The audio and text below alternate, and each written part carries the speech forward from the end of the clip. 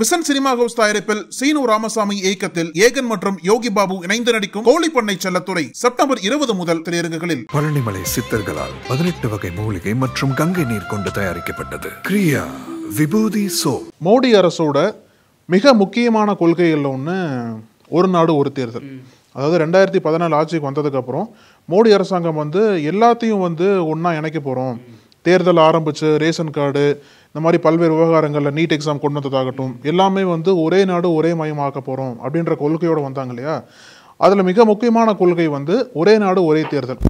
இந்த கொள்கை தொடர்பாக பல்வேறு விவாதங்கள் ஏற்பட்டுச்சு, பல்வேறு எதிர்ப்புகள்லாம் அந்த கொள்கைக்கு அகேன்ஸ்டாக வந்துச்சு இல்லையா. ஏன்னா அது வாய்ப்பே கிடையாது, இது கான்ஸ்டியூஷனுக்கு மட்டும் இல்லை, இங்கே இருக்கக்கூடிய எலக்டோரல் சிஸ்டம்க்கும் அகேன்ஸ்டாக போகும் அப்படின்ற பல்வேறு குற்றச்சாட்டுகள் இருந்த சமயத்தில் தான் மோடி அரசு விடாப்படியாக நின்னது. பிரதமர் நரேந்திர மோடியே கூட இதற்கு ஆதரவாக பல்வேறு மேடைகளில் பேசிட்டு இருந்ததை பார்த்தோம் நம்ம. அதுக்கு இந்த ஒரு நாடு ஒரு தேர்தல் கொள்கை சார்பாக ஒரு கமிட்டி அனுப்பிச்சாங்க. அந்த கமிட்டி யார் தலைமையில் அமைக்கப்பட்டது அப்படின்னா, முன்னாள் ஜனாதிபதி ராம்நாத் கோவிந்த் இருக்கார்ல, அவர் தலைமையில் கமிட்டி அமைச்சு இந்த கொள்கை ரீதியாக நீங்கள் ரிப்போர்ட்டை தாக்கல் பண்ணுங்க அப்படின்னு ஒரு டாஸ்க் கொடுத்தாங்க. ராம்நாத் கோவிந்தும் பல்வேறு கட்ட விசாரணைகளுக்கு அப்புறம் பல்வேறு கட்ட ஆய்வுகளுக்கு அப்புறம் இப்போ அந்த ரிப்போர்ட்டை தாக்கல் பண்ணியிருக்காரு. அந்த ரிப்போர்ட்டுக்கு இன்னைக்கு நம்ம பேசுகிற சமயத்தில் கொஞ்ச நேரத்துக்கு முன்னாடி பிரேக்கிங் நியூஸ் வந்துச்சு. என்னன்னா, அந்த ரிப்போர்ட்டுக்கு மத்திய மந்திரி சபை ஒப்புதல் கொடுத்துட்டாங்க.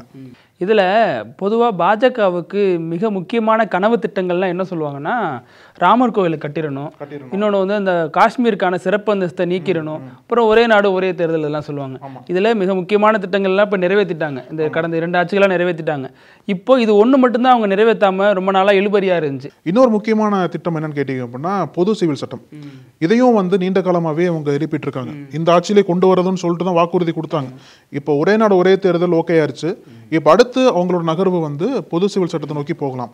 அதனால தான் இப்போ ராஜ்யசபாவில் இத்தனை நாளாக உங்களுக்கு பெரும்பான்மை இல்லாமல் ஒரு நிலைமையில் இருந்துச்சு. இப்போ பெரும்பான்மையோட 2 எம்பிக்கள் கூடவே இருக்கிறதுக்கான ஒரு வாய்ப்பு உங்களுக்கு அமைஞ்சிருச்சு. இதனால் வரைக்கும் இப்போ காங்கிரஸ் உள்ளிட்ட கட்சிகளை சேர்ந்த தலைவர்கள் என்ன சொன்னாங்கன்னா, குறிப்பாக நம்ம தமிழ்நாட்டை சேர்ந்த முன்னாள் மத்திய அமைச்சராக இருந்த சிதம்பரம் சொல்லியிருந்தார், இது அவ்வளவு எளிதான ஒன்று கிடையாது, அரசியலமைப்பில் நிறைய தடங்கல்கள் இதுக்கு இருக்கு, அவ்வளோ எளிதாக அந்த சட்டத்தை கொண்டு வந்துட முடியாது, பல திருத்தங்களை செய்யணும், அதுவும் இல்லாமல் ராஜ்யசபாலையும் உங்களுக்கு பெரும்பான்மை இல்லை, மக்களவையிலும் அவ்வளோ பெரும்பான்மை இல்லை, அதனால இது அவ்வளோ எளிதான ஒன்று இல்லை அப்படின்னாரு. ஆனால் இந்த இடையில சட்டமன்ற தேர்தல்களில் பாஜக ஜெயிச்சதன் மூலமாக இப்போ ராஜ்யசபாவில் இப்போ எம்பிக்கள் அதிகரிச்சிட்டாங்க. அது மாதிரி லோக்சபாவில் கூட்டணி கட்சிகளோட ஆதரவோடு அதை கொண்டு வந்துட முடியும் அப்படின்னு சொல்லப்படுது. இந்த விவகாரத்தில் இது பெரிய ஒரு அதிர்ச்சியை தான் ஏற்படுத்தி இருக்கு. பார்க்கலாமா, லோக்சபாவில் மைனாரிட்டி அரசாங்கம் தான் இப்போ, இதுக்கு கூட்டணி எந்த அளவுக்கு ஒத்துழைக்கிறாங்க அப்படின்ற கேள்வி எழுந்திருக்கு. நம்ம பொறுத்திருந்து பார்க்கலாம். இப்போ உத்தரப்பிரதேசத்தில் ஏற்கனவே ஒரு பிரச்சனை போயிட்டு இருக்கு. அதாவது மத சிறுபான்மையாக இருக்கக்கூடிய இஸ்லாமியர்கள் உள்ளிட்ட மக்களோட வீடுகளை உத்தரப்பிரதேச முதல்வராக இருக்கக்கூடிய யோகி ஆதித்யநாத் புல்டோசர் விட்டு இடிக்கிறாரு. அதாவது அவங்களுடைய குற்றவாளிகள் அப்படின்னு சொல்லப்பட்டாலே இடிச்சிடுறாரு. குறிப்பாக ஒரு சில சம்பவங்கள்லாம் சொல்லியிருந்தாங்க. இப்போ பள்ளியில் இந்து மாணவரும் இஸ்லாமிய மாணவரும் அடிச்சுக்கிறாங்க. அதில் இந்து மாணவர் இறந்து போயிடுறாரு. அதில் இஸ்லாமிய மாணவர் குற்றவாளியாக பார்க்கப்படுறாரு. இந்த நிலைமையில் அரசாங்கம் அதுக்கான நடவடிக்கைகள் எடுக்காமல் அந்த இஸ்லாமிய மாணவரோட அப்பா இருக்காங்கல்ல, அவருக்கு சொந்தமான வீட்டை இடிக்கிறாங்க.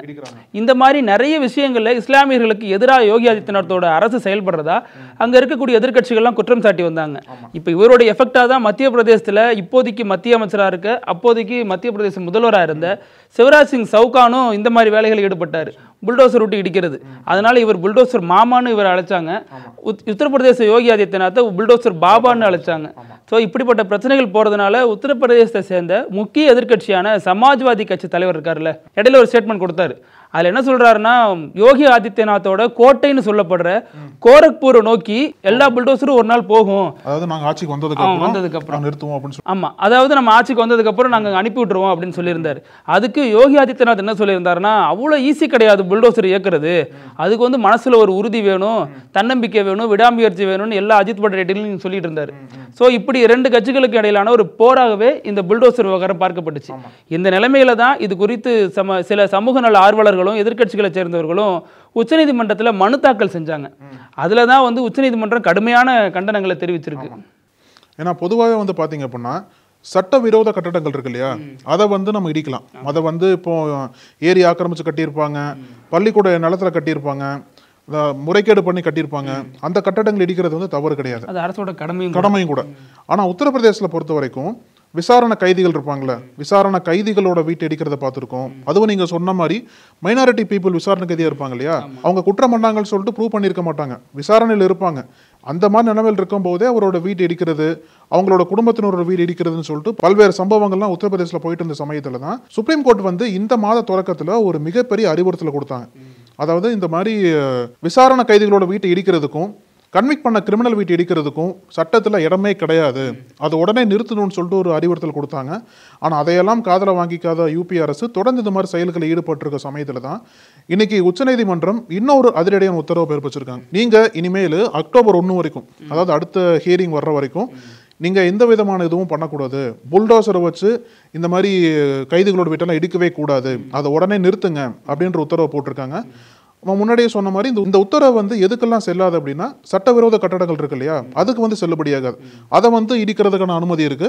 இந்த விசாரணை கைதிகள் மைனாரிட்டி பீப்புளோட வீட்டு இடிக்கிறது இந்த மாதிரி செயல்களை வந்து உடனே நிறுத்துங்க, அக்டோபர் 1 வரைக்கும் புல்டோசர் வச்சு இவங்களோட வீட்டுக்கு இடிக்கவே கூடாது அப்படின்ற காட்டமான உத்தரவு இப்போ சுப்ரீம் கோர்ட் போட்டிருக்காங்க. இதுல என்னன்னா, உத்தரப்பிரதேச அரசுக்காக ஆஜரான ஜெனரல் சொலிசிட்டர் துஷார் மேத்தா இருக்கார்ல, அவர் வந்து நீதிபதி கிட்ட ஒரு கோரிக்கை வைக்கிறாரு. நீங்க வந்து இப்படி ஒரு தீர்ப்பு எத்தனாலும் கொடுத்ததுனால எங்களுடைய கைகள்லாம் கட்டப்பட்ட மாதிரி இருக்கு அப்படின்னு சொல்றாரு. உடனே கடுப்பான நீதிபதி, கொஞ்ச நாள் வந்து நீதிமன்றம் சொல்றதை கேளுங்க, அதனால ஒன்றும் வானம் இடிஞ்சு விழுந்துராது அப்படின்னு கடுமையாவே சொல்லியிருக்காங்க. இதுல ஒரே ஒரு விஷயம் மட்டும், எதிர்க்கட்சிகள் இந்த ஒரே நாடு ஒரே தேர்தல் சொல்றீங்கல்ல, இந்த விவகாரத்துல இப்போதைக்கு என்ன ட்வீட் பண்ணப்படுது அல்லது தொடர்ந்து விவாதிக்கப்படுது அப்படின்னா, ஒரே நாடு ஒரே தேர்தல்லாம் சரி, ஒரே நாடு ஒரே சுடுகாடு எப்போ வரும், எல்லா ஜாதிக்குமான ஒரு சுடுகாடு, ஒரு இயல்பான நிலை வந்து எப்போ வரும் அப்படிங்கிற மாதிரியான கேள்விகள் எழுப்புறாங்க. அரசாங்கம் அதை நோக்கி செயல்படுறதுக்கு பதிலாக இந்த மாதிரியான செயல்களை ஈடுபடுறது ஏன்? ஒரே நாடு ஒரே தேர்தலில் என்ன பிரச்சனை அப்படின்னா, சட்டமன்றத்துக்கு இப்போ தேர்தல் வச்சாங்கன்னா அதில் முக்கிய மாநில மக்களுக்கு உண்டான பிரச்சனைகள்லாம் பேசப்படும். இந்திய தேர்தல், அதாவது நாடாளுமன்றத்துக்கான தேர்தல் வச்சாங்கன்னா அது அகில இந்திய அளவில் என்னெல்லாம் பிரச்சனை, அது குறித்த பிரச்சனைகள் எழுப்பப்படும், அதற்கான விவாதங்கள் தேடப்படும். ஸோ இந்த மாதிரியான நிலையில் ஒரே நாடு ஒரே தேர்தல்னா இது எல்லாமே பின்னுக்கு தள்ளப்பட்டு மிக முக்கிய, அதாவது மாநில ரீதியான மக்கள் இருக்காங்கல்ல, இங்கே இவங்களுக்கு இருக்கக்கூடிய இந்த சின்ன சின்ன பிரச்சனைகள்லாம் பின்னுக்கு தள்ளப்பட்டு மிக முக்கியமான பிரச்சனைகள் மட்டுமே பேசு பொருளாகும். அது குறித்து தான் அந்த தேர்தலோட அமைப்பே இயங்கும். அதனால இது வந்து தேவையில்லாத ஒன்று அப்படின்னு தான் எதிர்க்கட்சிகள் இப்போதைக்கு விமர்சனத்தை முன் வச்சுட்டு வராங்க. இப்போ இன்னொரு முக்கியமான பாயிண்ட் என்ன நீங்கள் சொன்னீங்க இல்லையா, அதுக்கு இன்னொரு முக்கியமான பாயிண்ட் ஆட் பண்ணோம் அப்படின்னா, இப்போ லோக்சபா தேர்தல் நடந்தது இல்லை, அதுக்கு பீகார் ஒரு மாநிலம், அந்த ஒரு மாநிலத்திற்கு நீங்கள் 7 கட்டமாக தேர்தல் வைக்கிறீங்க. உத்தரப்பிரதேஷ் ஒரு மாநிலம், அந்த மாநிலத்திலே பல கட்டமாக தேர்தல் வைக்கிறீங்க. இப்போ ஜம்மு அண்ட் காஷ்மீர் சட்டசபை தேர்தல் போயிட்டு இருக்கு இல்லையா, அந்த மாநிலத்துக்கு 3 கட்டமாக தேர்தல் வைக்கிறீங்க. மாநிலத்துக்கும் நீங்கள் பிரித்து கட்டங்களாக தேர்தல் வைக்கும்போது எப்படி ஒட்டுமொத்த இந்தியாவுக்கும் ஒரே நாள தேர்தல் வைக்க முடியும்? இதுதான் மக்களோட கேள்வியா இருக்கு. சட்டசபையோட காலம் வந்து வெவ்வேறு காலங்களில் முடியும், நாடாளுமன்றம் வெவ்வேறு காலங்களில் முடியும். ஒவ்வொரு மாநிலங்களுக்கும் பல்வேறு கட்டங்களாக தேர்தல் வைக்கிற எலெக்ஷன் கமிஷன் ஒட்டுமொத்த நாட்டுக்கும் ஒரே நாள தேர்தல் நடத்த முடியுமா அப்படின்ற மிகப்பெரிய கேள்வி வந்து மக்கள் மத்தியில் எழுந்திருக்கு. ஒருவேளை ஒரு மாசமா அல்லது ஒரு வருஷமா தேர்தல் நடத்துவாங்களோ நம்ம தெரியல. இப்போ கொல்கத்தாவில் மம்தா பானர்ஜிக்கு நெருக்கடி நாளுக்கு நாள் அதிகமாயிட்டு இருக்கிறது தான் சொல்லணும். இப்போ சமீபத்தில் வந்து அங்கே போராட்டம் பண்ணிருக்கக்கூடிய பெண் மருத்துவர்கள்லாம் மம்தா பானர்ஜி பார்த்து பேச்சுவார்த்தை பண்ணாங்க இல்லையா. இந்த போராட்டமே வந்து வெஸ்ட் பெங்காலில் கொல்கத்தாவில் ஒரு பெண் மருத்துவர் படுகொலை செய்யப்பட்டாங்க, அவங்களுக்கு வந்து நீதி வழங்கணும் அப்படின்ற ஒரு போராட்டம் வெகு நாளாக போயிட்டு இருக்க சமயத்தில் தான் பேச்சுவார்த்தை பண்ணாங்க. இதில் வந்து பல்வேறு கோரிக்கைகள்லாம் வச்சாங்க. அந்த கோரிக்கையைப்படி மம்தா பானர்ஜியும் சரி உங்களோட டிமாண்ட் நான் ஏற்றுக்கிறேன் அப்படின்னு சொல்லிட்டு சில கோரிக்கைகளை ஏற்றுட்டாங்க. அதில் மிக முக்கியமான கோரிக்கை என்னன்னு கேட்டிங்கன்னா, கொல்கத்தா போலீஸ் கமிஷனரை மாற்றணும் அப்படின்ட்டு மருத்துவர்கள் கேட்டாங்க. ஏன்னா இந்த போலீஸ் கமிஷனர் வந்து இந்த வழக்கில் அலட்சியம் காட்டுறாரு அப்படின்ற குற்றச்சாட்டோட இந்த டிமாண்ட் வச்சதுக்கப்புறம் மம்தா பானர்ஜியும் அந்த கோரிக்கையை ஏற்றுக்கிட்டு இப்போ கொல்கத்தாவுக்கு வந்து மனோஜ்குமார் வர்மா அப்படின்றவரை புது போலீஸ் கமிஷனராக போட்டிருக்காங்க. ஆனால் இன்னுமே வந்து மருத்துவர்கள் போராட்டத்தை நிறுத்தலை, இன்னும் தொடர்ந்து போராட்டம் பண்ணிருக்காங்க. இப்போ வந்து போராட்டம் பண்ணுறக்கூடிய மருத்துவர்கள் நாங்கள் மீண்டும் மம்தாவை சந்திக்கணும், 2வது முறையாக மீண்டும் பேச்சுவார்த்தை பண்ணணும் அப்படின்ட்டு தலைமைச் செயலாளருக்கு மெயில் அனுப்பிச்சிருக்காங்க. இப்போ என்ன கோரிக்கை அப்படின்னா, இப்போ வந்து வெஸ்ட் பெங்காலோட ஹெல்த் செக்ரட்டரி இருக்காங்கல்ல, சுகாதாரத்துறை செயலாளர், அவரையும் நீங்கள் நீக்கணும் அப்படின்ற கோரிக்கை எழுப்பியிருக்காங்க. அது மட்டும் இல்லாமல் மருத்துவர்களோட பாதுகாப்பிற்கு மாநில அரசு 100 கோடி செலவு பண்ண போறதா நீங்க சொன்னீங்க. அந்த 100 கோடியை வந்து எப்படி செலவு பண்ண போறீங்க, அதையும் நீங்க வந்து எங்களுக்கு வழக்கணும் அப்படின்ற ஒரு கோரிக்கையோட மீண்டும் மம்தா பானர்ஜியை சந்திக்க காத்துட்டு இருக்காங்க மருத்துவர்கள். இன்னொரு பக்கம் போராட்டம் வந்து ஓய்ந்த பாடலை தொடர்ந்து போராட்டிருக்கிற சமயத்துல தான் மம்தா பானர்ஜியோட மீண்டும் ஒரு பேச்சுவார்த்தைக்கு அழைப்பு விடுத்திருக்கிறது நாடாளுவில் பெரிய செய்தியா மாறி இருக்கு. இப்ப இது தொடர்பான வழக்கு தான் உச்சநீதிமன்றத்தில் வந்திருக்கு. ஆமா, நீங்க இன்னொன்று சொன்ன போனா சிபிஐ விசாரிச்சுட்டு இருக்காங்க இல்லையா, சிபிஐ விசாரிச்சுட்டு இருக்காங்க. இது தொடர்பாக தான் உச்சநீதிமன்ற தலைமை நீதிபதியான சந்திரசூட் தலைமையிலான அமர்வு ஒரு வழக்கை விசாரிச்சிருக்கு. அதாவது என்ன சொல்றாங்கன்னா, சிபிஐ இப்போ விசாரிச்சாங்கன்னு சொன்னீங்கல்ல, இது தொடர்பான ஆவணங்கள் எல்லாம் உச்சநீதிமன்றத்தில் சப்மிட் பண்ணியிருக்காங்க. அதை நீதிபதிகள் படிச்சுட்டு என்ன சொல்றாங்கன்னா, இந்த அறிக்கை வந்து ரொம்ப கவலை அளிக்கும் வகையில் இருக்கு, இதை வெளியில சொல்ல முடியாது, அப்படி சொல்லிட்டோம்னா சிபிஐயோட விசாரணைக்கு வந்து அது பெரிய இடையூறா இருக்கும், அதனால சொல்லலை. ஆனால் அந்த அறிக்கை வந்து கவலைக்குரிய ஒன்றா இருக்கு அப்படின்னு ஒரு கருத்து தெரிவிச்சிருக்காங்க. இந்த வழக்கு நடைபெற்றிருக்கப்ப மேற்கு வங்க அரசு சார்பாக ஆஜராயிருக்க கபில் சிபில் ஒரு முக்கியமான ஒரு கோரிக்கை வைக்கிறார். என்ன சொல்றாரு நீதிபதி கிட்டனா, இந்த மாதிரி மேற்கு வங்க அரசுக்காக நான் ஆஜராகிறேன், என்னுடைய அணியில் இருக்கக்கூடிய பெண் வழக்கறிஞர்களுக்கு வந்து தொடர்ந்து மிரட்டல் வருது. எப்படின்னா, உன்னை பாலியல் வன்கொடுமை செஞ்சிருவோன்னு மிரட்டுறாங்க, சிலர் ஆசிட் அடிப்போன்னு மிரட்டுறாங்க. நாங்கள் வந்து குற்றவாளிகளுக்கு ஆதரவாக ஆஜராகலையே, அரசுக்கு ஆதரவாக தானே ஆஜராகிறோம். இந்த மாதிரி மிரட்டல்கள் எங்களுக்கு தொடர்ந்து வருது, அதனால இந்த வழக்கு தொடர்பான நேரலையை நீங்கள் வந்து ரத்து செய்யணும் அப்படின்னு நீதிபதிக்கு ஒரு கோரிக்கை வைக்கிறாரு. அதை சந்திரசூட் என்ன சொல்றாருன்னா, இல்லை அது வந்து அப்படிலாம் ரத்து பண்ணிட முடியாது, இது வந்து மக்கள் நலனுக்காக நாங்கள் பண்ணுறோம், ஒரு பொதுநலன் கருதி இந்த லைவை வந்து நாங்கள் வெளியிடுறோம், இதில் நீங்கள் சொல்கிற மாதிரி ரத்து பண்ண முடியாது, ஆனால் உங்களுடைய மிரட்டல்கள் குறித்த அந்த கோரிக்கை இருக்குல்ல, அது நீதிமன்றம் ஏற்குது, அதற்கான நடவடிக்கைகள் நாங்கள் எடுக்க தயார் அப்படிங்கிறாரு. இதில் இன்னொரு நீதிமன்றம் என்ன கேட்குதுன்னா, இப்போ மேற்கு வங்கத்தில் இரவு நேரங்களில் மருத்துவ ஊழியர்கள் பணியாற்ற வேணாங்கிற மாதிரி ஏதோ திட்டம் கொண்டு வருவாங்க பொருக்கு, குறிப்பாக பெண் மருத்துவ ஊழியர்கள் இரவு நேரத்தில் வேணாம், இருந்தால் தானே அந்த பிரச்சனை அப்படிங்கிற மாதிரி. அதுக்கு நீதிமன்றம் கடுமையான கேள்விகளை எழுப்பியிருக்கு. அதாவது இப்போ இராணுவத்தில் விமானத்துலலாம் பெண்கள் பணியாற்றுறாங்க, இரவுலையும் தான் பணியாற்றுறாங்க, நீங்கள் அதற்கான பாதுகாப்பு அதிகரிங்க, அதை விட்டு நீங்கள் வந்து இப்படி சொல்கிறது எந்த வகையில் நியாயம், அவங்களுக்கு வேலைக்கு வரணும், நீங்கள் பாதுகாக்கணும், அதுலேயும் வந்து நீங்கள் தனியார்களை வந்து அனுமதிக்கிறத எப்படின்னு புரிஞ்சுக்க முடியல, நீங்கள் வந்து காவலர்களையே பாதுகாவலர்களாக போடுங்க, போலீஸையே பாதுகாவலராக போடுங்க, நீங்கள் தனியாரில் ஒப்பந்தம் பண்ணி ஆட்கள் எடுத்து வர்றது கூட வேண்டாங்கிற மாதிரி கருத்து தெரிவிச்சிருக்காங்க. இதில் மம்தா பானர்ஜி ராஜினாமா செய்யணும்னு சொல்லிட்டு ஒரு மனு போடப்பட்டுச்சு, அதை ரொம்ப கடுமையாக கண்டித்து அந்த மனுவை டிஸ்மிஸ் பண்ணியிருக்காங்க. என்னென்னா, ஒரு மாநில முதல்வரை வந்து பதவி விலக சொல்கிறது எங்களோட வரம்புக்குள்ளே வராது, இதை வந்து நீங்கள் எப்படி வந்து எங்கள்கிட்ட சப்மிட் பண்ணுறீங்க, இது எப்படி மனுவாக நீங்கள் போடுறீங்க அப்படின்னு சொல்லிட்டு நீதிபதியும் அந்த வழக்கறிஞர் ரொம்ப கடுமையாக கண்டிச்சிருக்காரு. இதில் இன்னொரு விஷயம் என்னென்னா, மம்தாவுக்கு வந்து ரொம்ப பெரிய கவலை என்ன தெரியுமா, இப்போ இவங்கெல்லாம் ஒரு பக்கம் போராடுறாங்க, இதெல்லாம் ஒரு பிரச்சனை, இன்னொன்று என்னென்னா, ஒரு கட்சி தலைவரை இந்த மாதிரி 4 பக்கம் அடிக்கிறாங்க, பாஜக, சிலர் வீதியில் போராட்டம் பண்ணுறாங்க, அரசு அதிகாரிகள் பிரச்சனை பண்ணுறாங்க.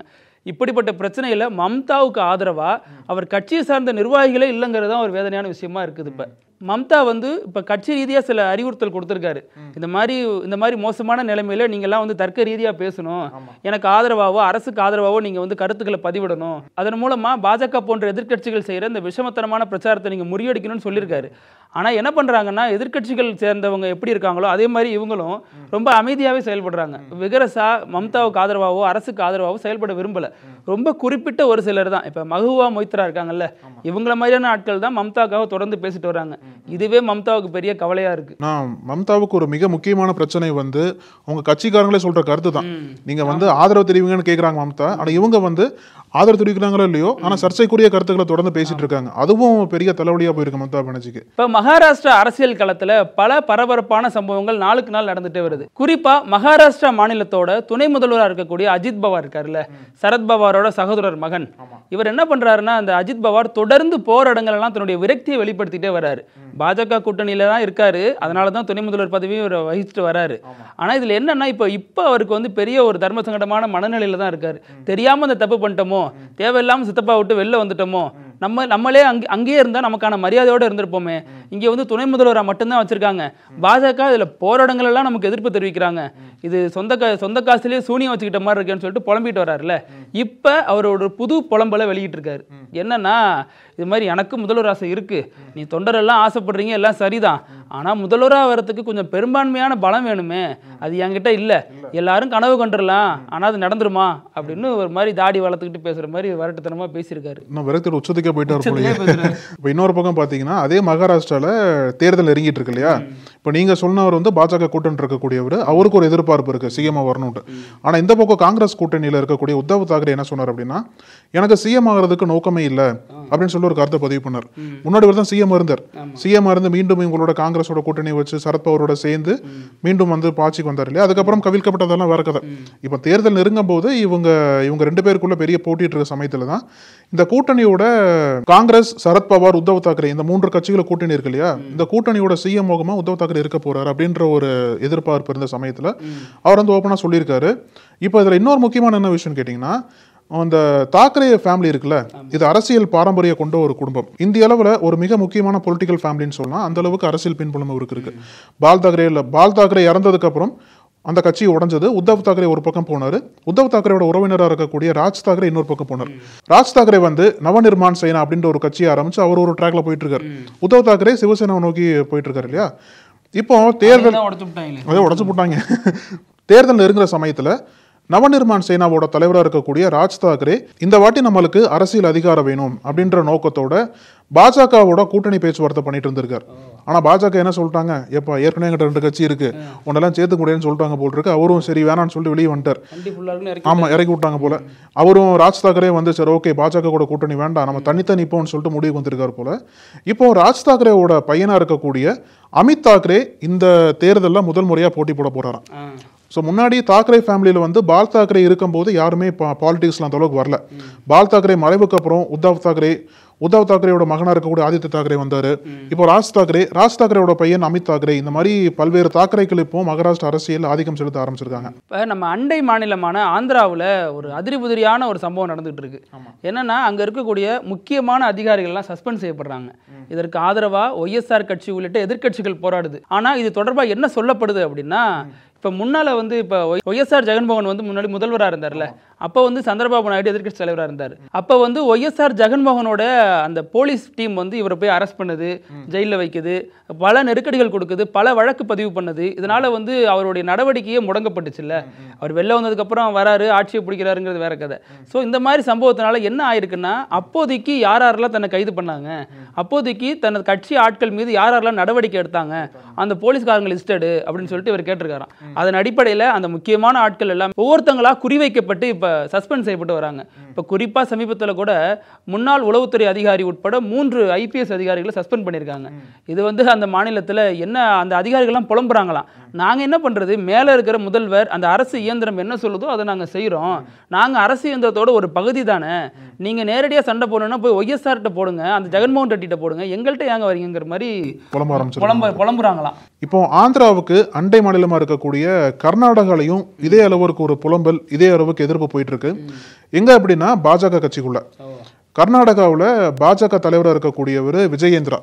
எடியூரப்பா வந்து பாஜகவோட மூத்த தலைவர், இவரோட மகன் தான் விஜயேந்திரா. இவர் தான் கர்நாடக பாஜகவுக்கு தலைவராக இருக்காரு. இப்போ ஆனால் இவருக்கு அகைன்ஸ்டாக தான் இப்போ வந்து பெரிய புகைச்சல் கர்நாடக பாஜகக்குள்ள போயிட்டு இருக்கு. கர்நாடக பாஜகவோட மூத்த தலைவர்களே பப்ளிக்கா வந்து விஜயேந்திரா எங்களோட தலைவர் கிடையாது, நாங்கள் விஜயேந்திராவை தலைவராக ஏற்றுக்க மாட்டோம் அப்படின்ட்டு காட்டமாக கருத்து வைக்க ஆரம்பிச்சிருக்காங்க. இதில் குறிப்பாக சொல்ல போனால் ரமேஷ் ஜார்கிஹோலி அப்படின்னு ஒரு தலைவர் இருக்காரு. இவர் மூத்த தலைவர் தான் கர்நாடகாவில். இவர் ஓப்பனாக அடிக்கிறார் விஜயேந்திராவை. விஜயேந்திரா வந்து இப்போ தான் கட்சியில் வந்தார். அது மட்டும் இல்லாமல் வரும்போதே அவர் மீது பல்வேறு ஊழல் குற்றச்சாட்டில் இருந்தது. அந்த ஊழல் வழக்குகளோட தான் இப்போ வந்து கட்சியோட தலைவராக இருக்காரு. அவர் வந்து நாங்கள் தலைவராக ஏற்றுக்க மாட்டோம். எடியூரப்பா ஓகே, எடியூரப்பா வந்து எங்கள் தலைவராக இருந்தால் நாங்கள் தலைவராக ஏற்றுக்கிறோம். ஆனால் எடியூரப்பாவுக்கும் வயசாயிட்டே இருக்கு. ஸோ எடியூரப்பா அவரோட வீட்டில் போய் ஓய்வு எடுக்கணும் அப்படின்ற ஒரு கருத்தை வச்சுட்டு அவர் என்ன சொல்ல வர்றாரு அப்படின்னா, ரமேஷ் ஜார்கிஹோலிக்கும் நீண்ட நாளாக இந்த தலைவர் பதவிக்கு வரணும்னு ஒரு ஆசை இருந்ததான் கருத்துக்கள் நிலவிட்டு இருக்கு. அந்த சமயத்தில் இவரோட யோசனை என்னவா இருக்கு அப்படின்னா, இது வரைக்கும் கர்நாடகாவில் ஒருத்தர் தான் தலைவராக இருந்தார், அதை வந்து பாஜக தலைமை மாற்றணும். எப்படி மாற்றணும் அப்படின்னா, கலெக்டிவ் லீடர்ஷிப் கொண்டு வாங்க, 20 தலைவர்களை போடுங்க அப்படின்றார். ஒரு மாநிலத்திற்கு 20 தலைவர்களை போடுங்க. அப்படி போட்டால் மட்டும்தான் நம்ம மாநிலம் முழுக்கும் வேலை செஞ்சு அடுத்து வரக்கூடிய தேர்தலில் அதிகப்படியான சீட்டை ஜெயிக்க முடியும் அப்படின்னு சொல்லிட்டு கருத்து சொல்றாரு. இந்த 20 தலைவர்களுக்கும் வெவ்வேறு டாஸ்க்கை கொடுங்க, எல்லாரும் ஒரு டாஸ்க்கை பார்க்கட்டும், அப்போதான் கலெக்டிவா இருப்போம். யாரோ ஒரு தலைவர் கீழே செயல்படும் போது தான் இந்த மாதிரி பல்வேறு சச்சரவுகள்லாம் வருது. அதனால விஜயேந்திராவை நீக்கிட்டு 20 பேர் கொண்ட ஒரு தலைவர் குழுவை போடுங்கன்னு சொல்லிட்டு கோரிக்கை வச்சிருக்காரு. அந்த 20 பேர்ல இவருக்கு எதிர்பார்க்கிறாருன்னு சொல்லிட்டு ஒரு கருத்து நிலவுதாங்க. இதுக்கு எப்படி விஜயேந்திரா ரெஸ்பாண்ட் பண்றாரு அப்படின்னா, நீங்க என்னங்க சொல்றது, எனக்கு வந்து மோடியோட ஆதரவு இருக்கு, அமித்ஷா சப்போர்ட் பண்றாரு, நட்டா சப்போர்ட் பண்றாரு, குற்றச்சாட்டு இருந்தாலுமே நான் தலைவரா போட்டிருக்காங்க, நான் அவங்க பாதையில தான் பயணிப்பேன், நான் பதவி விலக மாட்டேன் அப்படின்ட்டு இவரும் ஆணித்தரமா அடிக்க ஆரம்பிச்சிருக்காரு. விஜயேந்திரா மாற்றம், எடியூரப்பாவுக்கு ஓய்வு கொடுக்கணும் அப்படின்ற கோரிக்கை எழுந்ததுக்கு காரணம் என்ன சொல்றாங்கன்னா, கர்நாடகாவில் ஆனந்த்குமார் அப்படின்ற தலைவர் இருந்தார், முன்னாள் மத்திய அமைச்சர். ஆனந்த்குமார் வந்து தேசிய அரசியலில் மிக முக்கியமான முகம் பாஜகவுக்கு. அவர் வந்து காலமானதுக்கு அப்புறம் கர்நாடகாவில் சொல்லிக்கொள்ளும்படி யாருமே பெரிய தலைவரை உருவெடுக்கல. அப்படின்ற ஒரு கருத்தையும் ரமேஷ் ஜார்கிஹோலி பதிவு பண்ணியிருந்தார். இதில் ஏற்கனவே எடியூரப்பாவை அரசியல் ஓய்வு கொடுத்த மாதிரி தான் பாஜக வச்சிருக்கு. அவர் சும்மா இல்லாமல் சில போக்சோ வழக்குகள்லாம் சிக்கி அதுக்கு தொடர்பான விசாரணை போயிட்டு இருக்கு. இந்த நிலைமையில அவரோட குடும்பத்துடைய வாரிசு அவருக்கு உள்ள செல்வாக்கை முற்றிலும் ஒழிக்கிற வகையில் பாஜகவே செயல்படுறாங்க. கர்நாடக அரசியல் ஒரு பரபரப்பா. இன்னொரு பக்கம் காங்கிரஸ் நெருக்கடி இருக்கு. சித்தராமையா மீது பல்வேறு குற்றச்சாட்டுகள் பாஜக வைக்கிறாங்க. ஆனா இந்த பாஜக கட்சிக்குள்ள நடக்கக்கூடிய இந்த குத்துச்சண்டை வந்து தேசிய அளவில் பெரிய செய்தியா மாறி இருக்கு. இப்போ நம்ம தமிழக முதல்வர் மு.க. ஸ்டாலின் சமீபத்தில் அமெரிக்கா போயிருந்தார். அங்கே போயிட்டு கோடிக்கணக்கான முதலீடுகளை தமிழகத்திற்கு ஈர்த்துட்டு வந்தார். இது தொடர்பான செய்திகள்லாம் நிறைய வந்துச்சு. அப்போ அதற்கடுத்து ராகுல் காந்தியும் அமெரிக்கா போயிருந்தார். அது வந்து இந்திய அளவில் பேசுபொருளாக மாறினுச்சு. பாஜக, ஆர்எஸ்எஸ் உள்ளிட்ட கட்சிகளை மிக கடுமையாக விமர்சிச்சிருந்தார். இப்போ இந்த நிலைமையில தான் நீங்கள் மட்டும்தான் போவீங்களாங்கிற மாதிரி இப்போ பிரதமர் மோடியும் இப்போ அமெரிக்கா போகிறாரு. ஒரு 3 நாள் பயணமாக அங்கே போகிறதா தகவல் வெளியாகிருக்கு. இதில் அதிகாரப்பூர்வமற்ற தகவலும் ஒன்று வெளியாகிருக்கு. ஆல்ரெடி வந்து மோடி வந்து ட்ரம்ப்போடைய மிக நெருங்கிய நண்பர்னு அறியப்பட்டவர். அந்த வகையில் இப்போ போயிட்டு அவர் சந்திப்பாரா அப்படிங்கிற கேள்வி எழுந்ததற்கு சிலர் சந்திப்பாருன்னு சொல்கிறாங்க.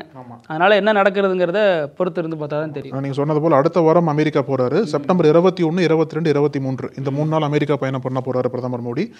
அங்கே வந்து குவாட் சமிட், அதாவது அமெரிக்கா, இந்தியா, ஆஸ்திரேலியா, ஜப்பான் 4 நாடுகள் கொண்ட ஒரு அமைப்புல ஒரு பேசவிருக்காரு. இந்த நிலையில தான் நீங்க சொன்னது போல மோடி ட்ரம்பை சந்திக்கிறதா செய்தி உலாவிட்டு இருக்கு. அது எந்த அளவுக்கு உறுதின்னு தெரியல. நம்ம பொறுத்திருந்து பார்க்கலாம். தொடர்ந்து பேசுவோம். அழகு. நன்றி. நன்றி பிருத்திவி.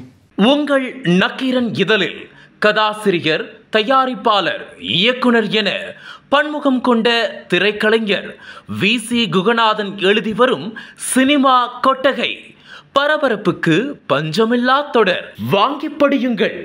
நக்கீரன். நக்கீரன் டிவிக்கு சப்ஸ்கிரைப் செய்யுங்கள். உங்கள் ஆதரவே எங்கள் பலம். ஆசிரியர்களுக்கு நண்பனாகவும் மாணவர்களுக்கு ஆசானாகவும் திகழும் தேர்வு வழிகாட்டி. ஒவ்வொரு பாடத்திற்கும் அனுபவமிக்க ஆசிரியர்களின் துல்லியமான தெளிவான விடைகள். CNC இருக்கு, தேர்வு பயம் எதற்கு? இது தீரன் பப்ளிஷிங் ஹவுஸ் விற்பனை வெளியீடு.